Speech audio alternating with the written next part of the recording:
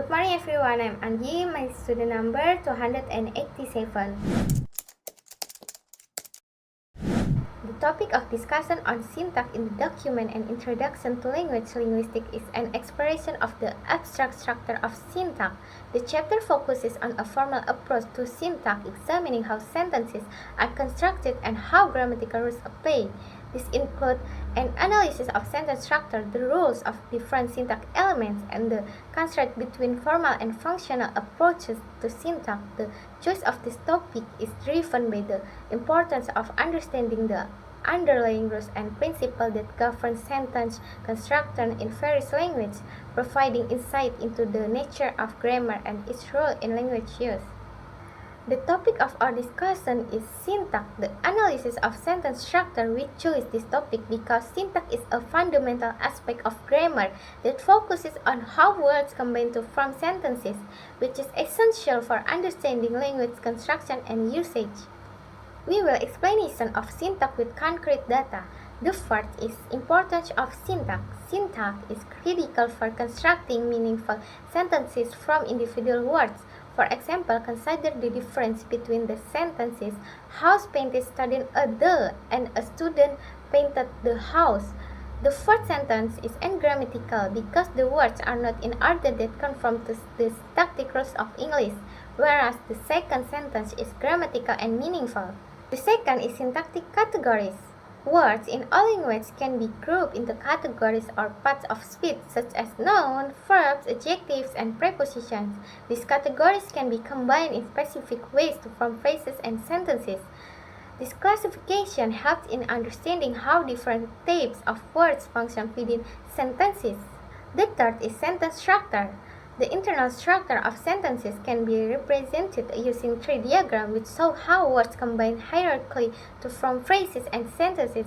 For instance, the sentence "he saw them" can be broken down into a tree structure with the subject "he", the verb "saw", and the object "them", illustrating the relationship between these elements. The fourth is recursion in syntax. One of the unique features of human language syntax is recursion, the ability to embed structures within similar structures, enabling the creation of infinitely long sentences.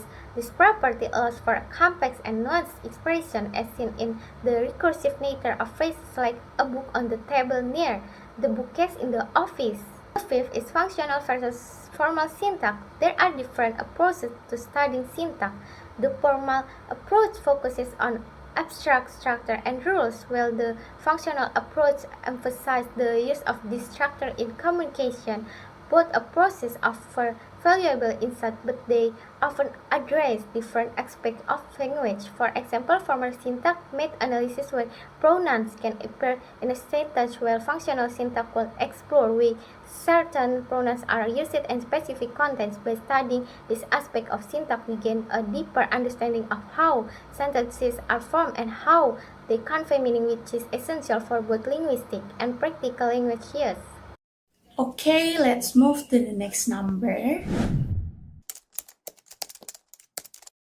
There is a significant correlation between syntax and meaning, a relationship that is central to understanding language structure and interpretation. Syntax refers to the rules and principles that govern the structure of sentence in language, determining how words combine to form grammatical sentence. Semantics, on the other hand, is the study of meaning in language. The interaction between syntax and semantics is crucial because the way a sentence is structured can significantly affect its meaning. For instance, consider the syntactics and semantics difference between the following English and Italian sentence. In English, the subject "I" refers to the person who likes something, and the object "pasta" refers to the things like it. The verb "like" follows a thematic grid of experience stimulus. However, in Italian, the person who likes something is expressed as an indirect object, me meaning to me, and the things like it is the subject "la pasta".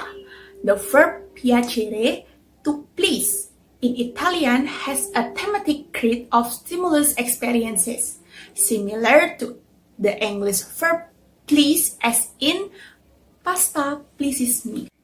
This example demonstrates how the syntactic structure of a sentence directly influences its meaning, showing the syntax and semantics are deeply intertwined. Different languages may use different syntactic structure to convey similar meaning, which indicate the understanding the rules of syntax is essential for interpreting the intended meaning of sentences.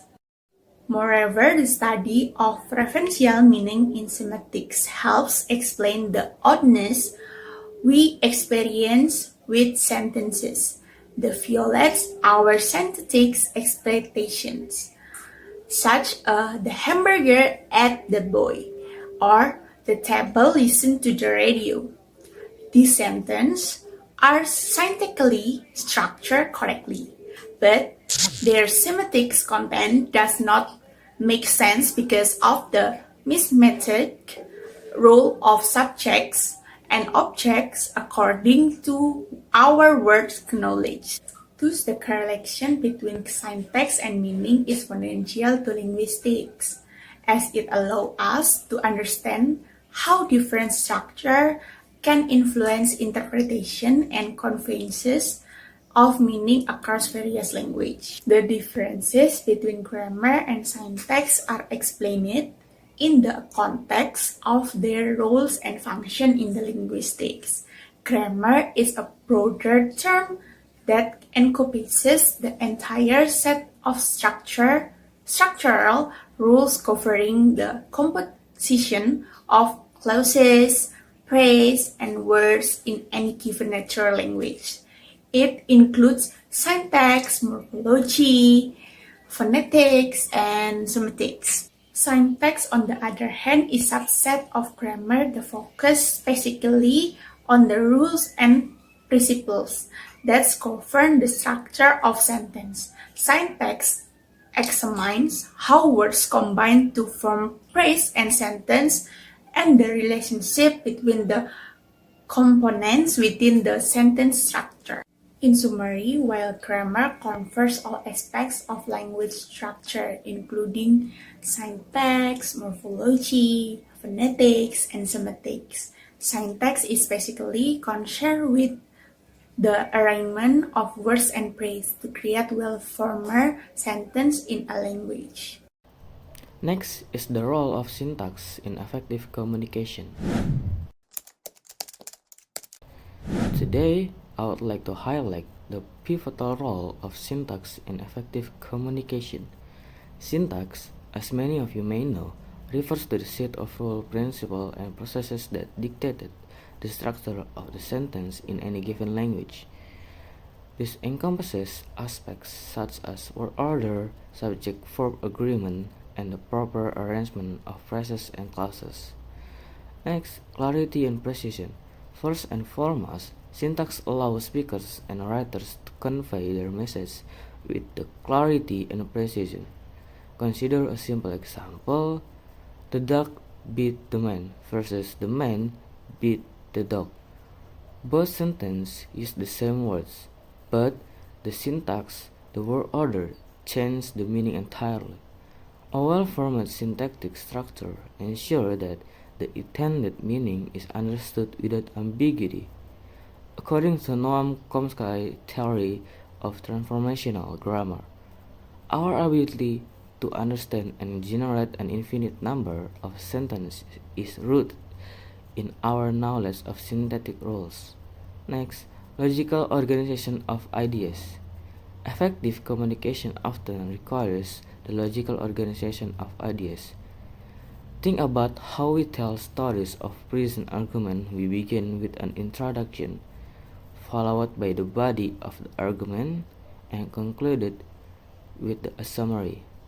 This structure is syntactic framework that helps our audience follow and understand our points. For instance, in academic writing, a thesis statement is often presented at the beginning, followed by supporting evidence and conclusion. This logical organization, guided by a synthetic rules, make the communication coherent and compelling. Next, functional use of syntax. Different syntactic structures can be employed to serve various communicative functions. For example, in persuasive writing, rhetorical question and parallel structure are often used to emphasize a point and engage the audience. Consider Martin Luther King Jr.'s famous speech, "I Have a Dream," where he uses repetition and parallelism to powerful effect. "I have a dream that one day this nation will rise up." This use of syntax not only emphasizes his vision but also resonates deeply with listeners. Next, enhancing expressive power. Syntax also enhances the expressive power of language. By varying sentence structure, we can convey different tones and emotion. A simple declarative sentence like "she walked home" can be transformed with synthetic variation. "Exhausted, she tugged home through the pouring rain." The latter sentence paints a vivid picture and evokes empathy, demonstrating how syntax can add depth and richness to our communication. Next, a communicative competence. Finally, syntax is integral to communicative competence. As a daily Helm's purpose, effective communication involves using language appropriately in different contexts. For example, we adjust our syntax when speaking to a child versus college, ensuring our message is suitable for the audience. In conclusion, syntax is fundamental to effective communication and structure our sentence, ensuring clarity, logical organization, and appropriateness. By mastering syntax, we enhance our overall communication competence, making our message clearer and more impactful. That's all for our group's presentation. Thank you very much.